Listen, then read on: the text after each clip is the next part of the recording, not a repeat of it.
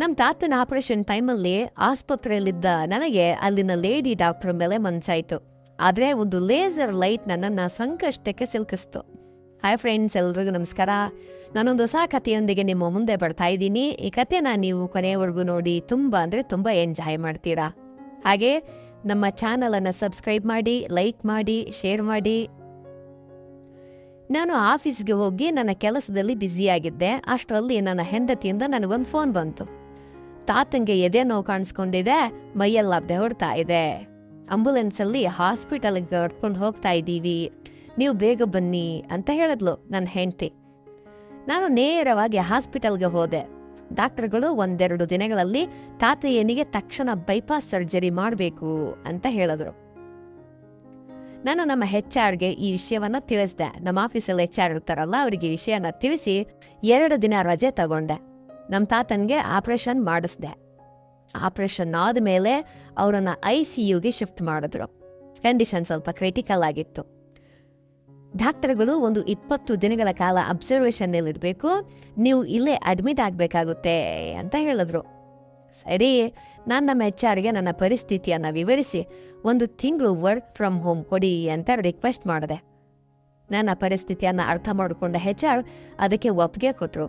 ಹಾಗಾಗಿ ನಾನು ನಮ್ಮ ತಾತಯ್ಯನಿಗೆ 1 ತಿಂಗಳ ಕಾಲ ಹಾಸ್ಪಿಟಲ್ನಲ್ಲೇ ಇರಬೇಕಾಯಿತು ಅವ್ರಿಗೋಸ್ಕರ. 3 ದಿನಗಳ ನಂತರ ತಾತಯ್ಯಂಗೆ ICUನಿಂದ ವಾರ್ಡ್ ರೂಮ್ಗೆ ಶಿಫ್ಟ್ ಮಾಡಿದ್ರು. ಸ್ವಲ್ಪ ಚೇತರಿಸ್ಕೊಂಡಿದ್ರು. ರೂಮಿಗೆ ಹೋಗಿ ಎಲ್ಲವನ್ನ ಸರಿಪಡಿಸ್ಕೊಂಡು ಕಿಟಕಿಯನ್ನು ತೆರವೆ. ಹಾಸ್ಪಿಟಲ್ ಪಕ್ಕದ ಫ್ಲಾಟ್ನಲ್ಲಿ ಪಾರ್ಕಿಂಗ್ ಪ್ಲೇಸ್ ಇತ್ತು. ಅದರ ಪಕ್ಕದಲ್ಲಿ ಒಂದು ಬಿಲ್ಡಿಂಗ್ ಇತ್ತು. ಅದರಲ್ಲಿ ಬಹುಶಃ PG ಇರಬೇಕು ಅಂತ ಅನ್ಸುತ್ತೆ. ಹುಡುಗಿರೆಲ್ಲ ಬರ್ತಾ ಹೋಗ್ತಾ ಇದ್ರು. ನಾನು ಒಂದು ಕಡೆ ತಾತನ ಆರೋಗ್ಯವನ್ನು ನೋಡ್ಕೊಳ್ತಾ, ಇನ್ನೊಂದು ಕಡೆ ನನ್ನ ಆಫೀಸ್ ಕೆಲಸವನ್ನ ಹಾಸ್ಪಿಟಲ್ನಲ್ಲೇ ಇದ್ದು ಮಾಡ್ತಾ ಇದ್ದೆ. ಮರುದಿನ ಬೆಳಗ್ಗೆ ನಮ್ಮ ತಾತನ ರೆಗ್ಯುಲರ್ ಚೆಕಪ್ಗಾಗಿ ಡಾಕ್ಟರ್ ಸವಿತಾ ರೌಂಡ್ಸಿಗೆ ಬಂದ್ರು. ನೋಡೋಕೆ ಚೆನ್ನಾಗಿದ್ರು.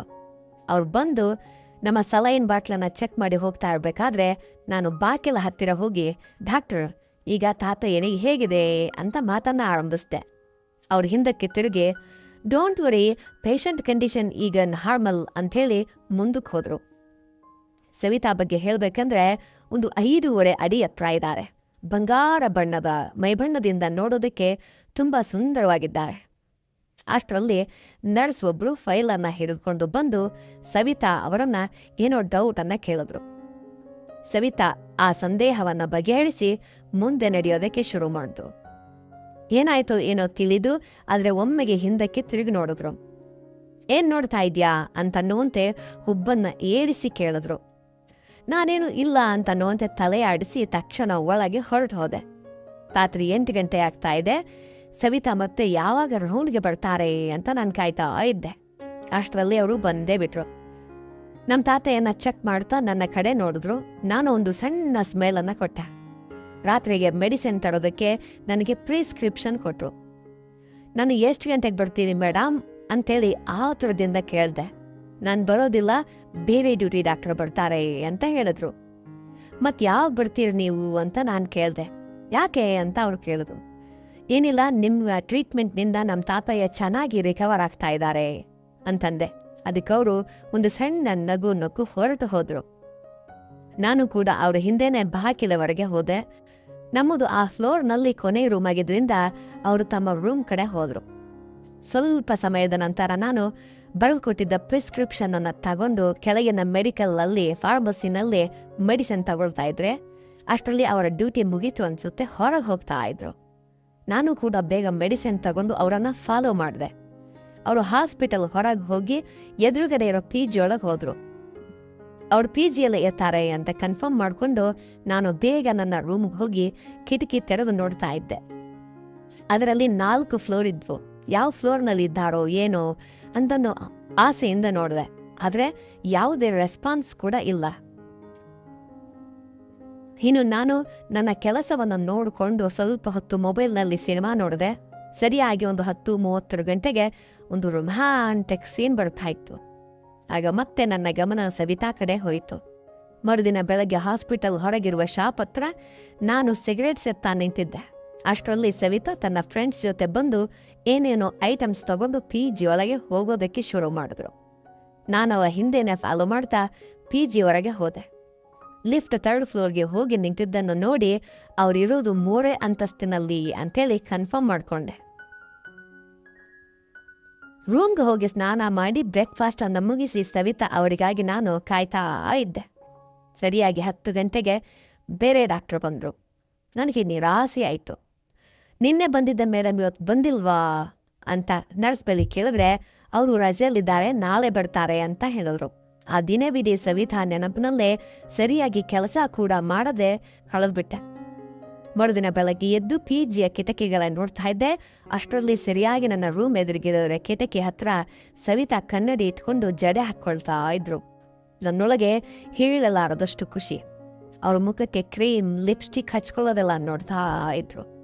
ಕಿಟಕಿ ಕ್ಲೋಸ್ ಮಾಡಿ ಅವರು ಹೊರಗೆ ಬರ್ತಾ ಇದ್ದಂತೆ ನಾನು ಹಾಸ್ಪಿಟಲ್ ಗೇಟ್ ಹತ್ರ ನಿಂತು ಗುಡ್ ಮಾರ್ನಿಂಗ್ ಡಾಕ್ಟರ್ ಅಂತ ವಿಶ್ ಮಾಡಿದೆ. ಅವರು ಒಂದು ಸಣ್ಣ ಸ್ಮೈಲನ್ನು ಕೊಟ್ಟು ಹೊರಟು ಹೋದ್ರು. 10 ಗಂಟೆಗೆ ಅವರು ರೂಮಿಗೆ ಮತ್ತೆ ಬಂದರು. ಅವರು ಚೆಕ್ ಮಾಡ್ತಾ ಇರಬೇಕಾದ್ರೆ ನಾನು ಪದೇ ಪದೇ ಪ್ರಶ್ನೆಯನ್ನ ಕೇಳ್ತಾ ಅವ್ರಿಗೆ ಡಿಸ್ಟರ್ಬ್ ಮಾಡ್ತಾ ಇದ್ದೆ. ಈಗೋ ನೀನೇ ಬಂದು ನೋಡು ಅಂಥೇಳಿ ಅವರು ಸ್ವಲ್ಪ ಸಿಡುಮಿಡಿಗೊಂಡ್ರು. ಕೋಪ ಯಾಕೆ ಮೇಡಮ್, ತಾತಯ್ಯನ ಆರೋಗ್ಯದ ಬಗ್ಗೆ ಕೇಳ್ದೆ ಅಷ್ಟೇ ಅಂಥೇಳಿ ಸ್ಮೈಲನ್ನು ಕೊಟ್ಟೆ. ಅವ್ರು ಮೆಡಿಸಿನ್ ಸ್ಲಿಪ್ ಕೊಟ್ಟು ಹೋಗ್ತಾ ಇರಬೇಕಾದ್ರೆ ಸ್ವಲ್ಪ ಹೊತ್ತು ಇರ್ಬೋದು ಅಲ್ವಾ ಮೇಡಮ್ ನೀವು ಅಂತಂದೆ. ಬೆಳಗ್ಗಿಂದ ನೋಡ್ತಾ ಇದ್ದೀನಿ, ನನ್ನಿಂದೆ ಬೀಳ್ತಾ ಇದೆಯಾ ಅಂಥೇಳಿ ಅವ್ರು ನಗತಾನೆ ಹೇಳಿದ್ರು. ಮಧ್ಯಾಹ್ನ ನನ್ನ ಹೆಂಡತಿ ಫೋನ್ ಮಾಡಿದ್ರೆ ನಾನು ಸಣ್ಣ ಕೆಲಸದ ಮೇಲೆ ಮನೆಗೆ ಹೋಗ್ತಾ ಇದ್ದಾಗ ನನ್ನ ಮೊಬೈಲ್ಗೆ ಸವಿತಾ ಅಂತನ ಹೆಸರಿನಿಂದ ಫೋನ್ ಬಂತು. ಎಲ್ಲಿಗೆ ಹೋಗಿದ್ಯಾ, ಬೇಗ ಬಾ, ಮೆಡಿಸಿನ್ ತರಬೇಕು ಅಂತ ಅವ್ರಿಗೆ ಹೇಳಿದ್ರು. ಈ ನಂಬರ್ ನಿಮ್ದೇನಾ ಮೇಡಮ್ ಅಂತ ಕೇಳಿದ್ರೆ ಹೌದು ಅಂಥೇಳಿ ಅವರು ಫೋನನ್ನು ಕಟ್ ಮಾಡಿದ್ರು. ನನಗೆ ತುಂಬ ಖುಷಿ ಆಯಿತು. ನಾನು ತಕ್ಷಣ ಹಾಸ್ಪಿಟಲ್ಗೆ ಹೋಗಿ ಅವರನ್ನು ಮೀಟ್ ಮಾಡಿದೆ.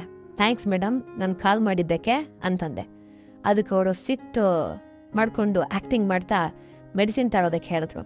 ವಾಟ್ಸಪ್ಪಲ್ಲಿ ಅವರ DP ನೋಡಿದೆ, ತುಂಬ ಸುಂದರವಾಗಿತ್ತು. ರಾತ್ರಿ 9 ಗಂಟೆಗೆ ಅವರು ರೌಂಡ್ಸಿಗೆ ಬಂದರು. ನಾನು ಲ್ಯಾಪ್ಟಾಪಲ್ಲಿ ಕೆಲಸ ಮಾಡ್ತಾ ಇರುವಂತೆ ನಟಿಸ್ತಾ ಇದ್ದೆ, ಅವರನ್ನು ಗಮನಿಸ್ತಾ ಇದ್ದೆ. ಅವರು ಹೋದ್ಮೇಲೆ PGಯಲ್ಲಿ ಅವರ ರೂಮ್ ಲೈಟ್ ಆನ್ ಆಯಿತು. ಅವರು ಕಿಟಕಿ ತೆರೆಯುತ್ತಲೇ ನನ್ನ ರೂಮ್ ಕಿಟಕಿಯಿಂದ ಸನ್ನೆ ಮಾಡಿದೆ. ಆದರೆ ಅದನ್ನು ಅವರು ಗಮನಿಸಲಿಲ್ಲ. ನನ್ನ ಹತ್ತಿರ ಇದ್ದ ಲೇಸರ್ ಲೈಟನ್ನು ಅವರ ರೂಮ್ ಒಳಗಡೆ ಹಾಕಿಬಿಟ್ಟೆ. ಅವರು ನನ್ನ ಕಡೆ ನೋಡಿ ಕಿಟಕಿಯನ್ನು ಕ್ಲೋಸ್ ಮಾಡಿದ್ರು. ಸ್ವಲ್ಪ ಸಮಯದ ನಂತರ ಅವ್ರು ಫೋನ್ ಮಾಡಿ, ಯಾಕೆ ಟಾರ್ಚಾಗ್ತಾ ಇದೆಯಾ, ಬುದ್ಧಿವಂತನಾಗಿ ನಿನ್ನ ಕೆಲಸ ನೋಡ್ಕೋ, ಇಂಥ ಆ್ಯಕ್ಟಿಂಗ್ ಎಲ್ಲ ಮಾಡಿದ್ರೆ ಮ್ಯಾನೇಜ್ಮೆಂಟ್ಗೆ ಕಂಪ್ಲೇಂಟ್ ಕೊಡ್ತೀನಿ ಅಂತೇಳಿ ಕೋಪದಿಂದ ಫೋನನ್ನು ಕಟ್ ಮಾಡಿದ್ರು. ನಾನೊಂದು ಸ್ವಲ್ಪ ಹೆದರಿ ಒಂದು 15 ನಿಮಿಷದ ನಂತರ ವಾಟ್ಸಪ್ನಲ್ಲಿ ಸಾರಿ ಮೇಡಮ್ ಅಂತ ಮೆಸೇಜ್ ಮಾಡಿದೆ. ಇನ್ನೊಂದು ಸಲ ಮೆಸೇಜ್ ಮಾಡಬೇಡ ಅಂಥೇಳಿ ಅವರು ರಿಪ್ಲೈ ಕೊಟ್ಟರು. ಮುಂದೇನಾಯಿತು ಅಂತ ತಿಳ್ಕೊಳ್ಳೋದಕ್ಕೋಸ್ಕರ ಪಾರ್ಟ್ 2 ಅಂತ ಕಮೆಂಟ್ ಮಾಡಿ. ಈ ಕತೆ ನಿಮಗೆ ಇಷ್ಟವಾದರೆ ನಮ್ಮ ಚಾನಲನ್ನು ಸಬ್ಸ್ಕ್ರೈಬ್ ಮಾಡಿ, ಲೈಕ್ ಮಾಡಿ, ಶೇರ್ ಮಾಡಿ. ನಾನು ಮಾಡಿದ್ದು ಸರಿನಾ ತಪ್ಪು ಅಂತ ಕಮೆಂಟ್ ಬಾಕ್ಸಲ್ಲಿ ಮಿಸ್ ಮಾಡದೇ ತಿಳಿಸ್ಬೇಕು. ಧನ್ಯವಾದಗಳು. ಶುಭ ದಿನ. Take care. Bye. See you.